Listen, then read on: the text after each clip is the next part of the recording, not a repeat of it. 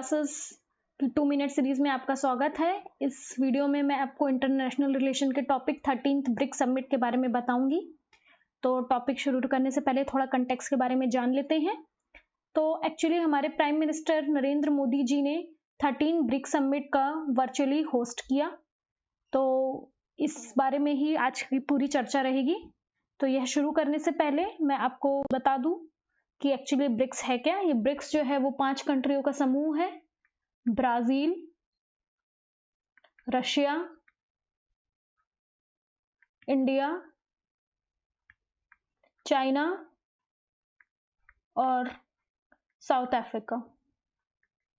अब थोड़ा सा मैं आपको इस ब्रिक्स का एवोल्यूशन भी बता देती हूँ। तो जिम और नील नाम का एक जो इकोनॉमिस्ट थे, जो उस वक्त गोल्डमैन सैक्स नाम की कंपनी है वहां पे काम कर रहे थे, उन्होंने सबसे पहली बार इसका यूज किया था 2001 में, और फिर आइडिया को इम्प्लीमेंट किया गया था 2006 में, 5 साल बाद। तब ये केवल ब्रिक होता था, यानी कि ब्राजील, रशिया, इंडिया और चाइना। ये ब्रिक्स बनता है 2010 में, जब साउथ अफ्रीका भी इसको ऐड हो जाता है। यह जानने के बाद हम लोग थोड़ा इंपॉर्टेंस ऑफ ब्रिक्स के बारे में भी जान लेते हैं कि आखिर ब्रिक्स में है क्या। तो ये 42% ऑफ वर्ल्ड पॉपुलेशन करता है। तो ऑब्वियसली करेगा ही, जब समझ लीजिए कि आप इसमें इंडिया जिसकी 17% वर्ल्ड की पॉपुलेशन है, ऐसे ही चाइना जब 20% है, तो बाकी की कंट्रियां मिला के 5% तो बन ही जाएगा। तो ये ऑलमोस्ट 42% जो है वो ऑक्यूपाई करता है।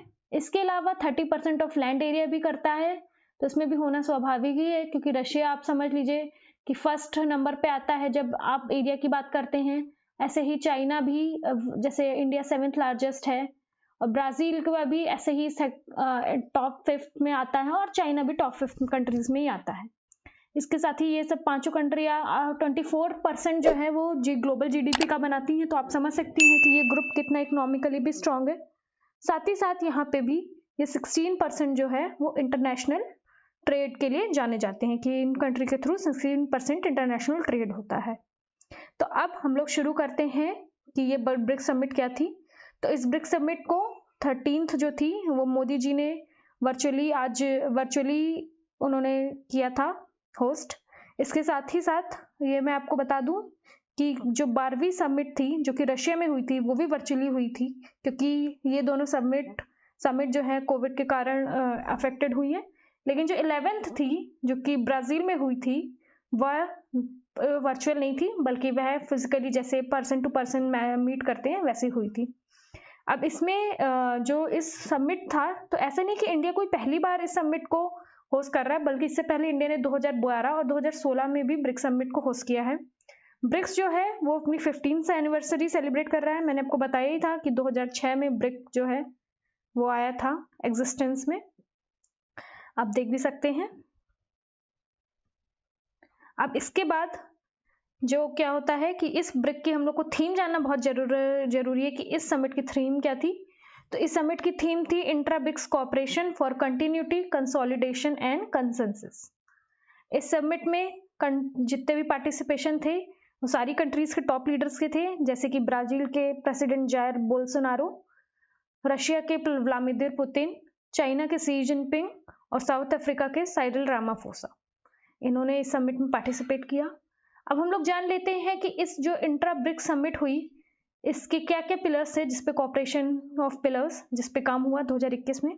तो 3 पिलर का मैं नेम बताऊंगी जो मेन इंपॉर्टेंट है। एक पॉलिटिक्स एंड सिक्योरिटी, दूसरा पिलर इकोनॉमिक एंड फाइनेंशियल, और तीसरा culture and people to people exchange. तो पहले में हम लोग देख लेते हैं पॉलिटिक्स एंड सिक्योरिटी में क्या थे। इसमें रिफॉर्म ऑफ मल्टीलेटरल सिस्टम की बात की गई। मल्टीलेटरल सिस्टम क्या होते हैं, जैसे कि वर्ल्ड बैंक या IMF या UN। तो आपको मालूम होगा कि जैसे कि UNSC है, इसमें मात्र रशिया और चाइना ही जो है वो हैवी वेट या जो है UNSC के परमानेंट मेंबर हैं। लेकिन आप बाकी कंट्रीज को भी देख सकते हैं कि इन लोग ने भी काफी सुधार किया है और इनका भी काफी ऊंचा ओहदा हो गया है। आप लोग बोल सकते हैं हाई पेडेस्टल में है।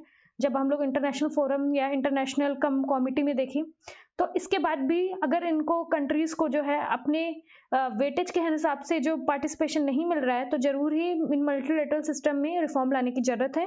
हाँ, इसी की बात ही हुई थी। इसके साथ ही एक दूसरी जो बात हुई सिक्योरिटी से रिलेटेड, कि काउंटर टेररिज्म कॉपरेशन के बारे में बात की गई, क्योंकि ये हम लोग जानते हैं कि सभी कंट्रियां किसी ना किसी रूप में टेररिज्म से अफेक्टेड हैं। इंडिया का स्पेशली नाम है। तो इसमें बोला गया कि काउंटर, जो कि चूंकि इंडिया होस्ट भी कर रहा था, तो उसने बोला कि हम लोग को काउंटर टेररिज्म कॉपरेशन के बारे में बात करनी चाहिए और साथ ही साथ इसमें बढ़ चढ़ के हिस्सा भी लेना चाहिए। अगला पिलर है इकोनॉमिक एंड फाइनेंशियल। तो इसमें आपको मैं बता दूं, इसमें डिजास्टर रेजिलियंस की बात की गई। आपको मालूम है कि पूरा वर्ल्ड जो है अभी कोविड-19 को झेल रहा है। ये भी एक पेंडेमिक है जो कि जो डिजास्टर जो है पेंडेमिक का रूप ले चुकी है। तो इसमें बोला गया कि हम लोग कैसे इसमें जल्दी बाहर आ सके, उसके बारे में कॉपरेशन बात की गई कि कॉपरेशन कर सकते हैं। दूसरा जो इम्पोर्टेंट था इकोनॉमिक एंड फाइनेंशियल में कि digital health and traditional medicine की भी बात की गई कि कैसे ही जब हेल्थ है, जब कोविड के टाइम पे हम लोग को सोशल डिस्टेंसिंग की बात की जा रही है, लॉकडाउन लगा है, हम लोग घर से नहीं जा पा रहे हैं, तो अगर किसी को हेल्थ के लिए कोई भी कंसल्ट करना है तो आप लोग को डिजिटली हेल्थ का जो है उसके बारे में बात करनी चाहिए। उस इशू को या उस महत्वपूर्ण जो बात है इसको और भी ग्लोबल लेवल पे और भी हाईलाइट करना चाहिए। साथ ही साथ ट्रेडिशनल मेडिसिन का भी बहुत काम आता है, तो इनके बारे में भी बात की गई। हर एक कंट्री, जैसे इंडिया कंट्री है या चाइना कंट्री है, जो ग्रेट सिविलाइजेशन रही है, इनकी मेडिसिन ट्रेडिशनली रूप से बहुत अफेक्टेड रही है, लेकिन अभी बीच के टाइम पे लोग थोड़ा भूल गए थे, तो इनको दोबारा जाके फ्रंट फुट में या फ्रंट केयर में लाने की जरूरत है। तो इस बारे में बात हुई। तीसरी बात जो हुई कि हम लोग बोला गया कि ब्रिक्स एग्रीकल्चर रिसर्च प्लेटफॉर्म है, उसको भी ऑपरेशनलाइज किया जाएगा। एक तीसरा जो महत्वपूर्ण पिलर है वो culture and people to people exchange. इसमें बोला गया कि पार्लियामेंट, यंग साइंटिस्ट, इन सब के बारे में जो है इनका एक्सचेंज होगा। आपको मालूम है कि कोविड के कारण लोग जा नहीं पा रहे हैं, लेकिन कोविड के बाद हालत सुधरने पे इनका एक्सचेंज होगा। और अगर फिजिकली नहीं हो पाता है तो वर्चुअली हम लोग को एक्सचेंज कराने चाहिए आइडियाज के और कल्चर के। साथ ही साथ जो इंट्रा ब्रिक्स के लोगों के बीच में कल्चरल कॉन्टैक्ट बढ़ाने के लिए कोशिश की जानी चाहिए। Culture, academics, youth, sports, business, ये सब के बारे में भी एक्सचेंज बढ़ेगा अगर रेगुलर एक्सचेंजेस होते रहते हैं। अब हम लोग देखते हैं कि कौन कौन से इस पूरे एक साल के लिए, चूंकि इंडिया होस्ट कर रहे थे, तो कौन कौन से नए इनिशिएटिव ले गए जिसमें हम लोग को अचीवमेंट मिली। तो मैंने आपको पहले ही बताया ही है फाइनेंशियल और इकोनॉमिक के पिलर में कि यहाँ पे डिजिटल हेल्थ के बारे में बात की गई। तो इसीलिए यहाँ पे इसलिए बात की गई क्योंकि जो first BRICS digital health summit को भी होस्ट किया गया। साथ ही साथ मैंने आपको दूसरे pillar reform on multilateral system, जो कि पॉलिटिक्स एंड सिक्योरिटी पिलर के अंदर था, उसमें बताया था।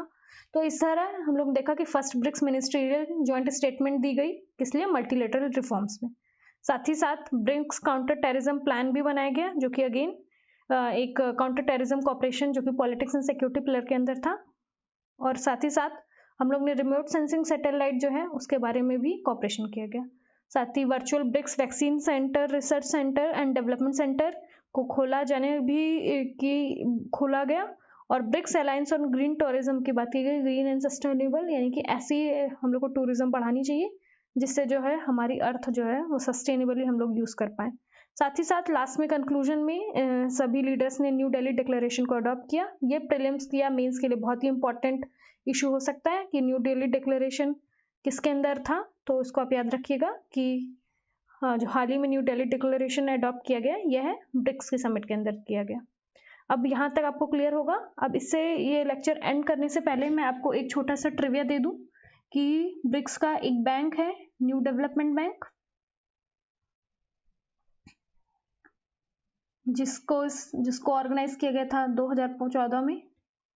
उसमें 3 नए जो है कंट्रीज ने